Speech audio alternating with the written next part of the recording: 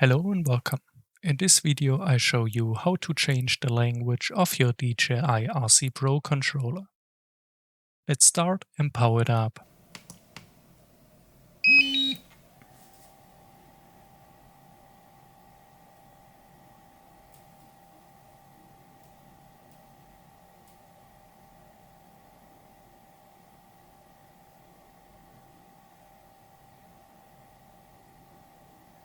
The controller is in French.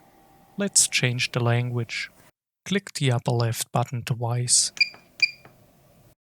Then go to Settings, down to System, and there you will find Languages.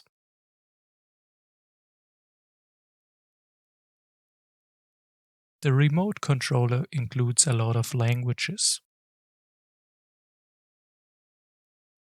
Let's choose English and take the United States as country.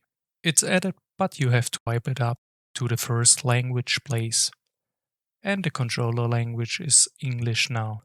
I hope this video helped you. I would appreciate a like and a subscribe. Have a nice day.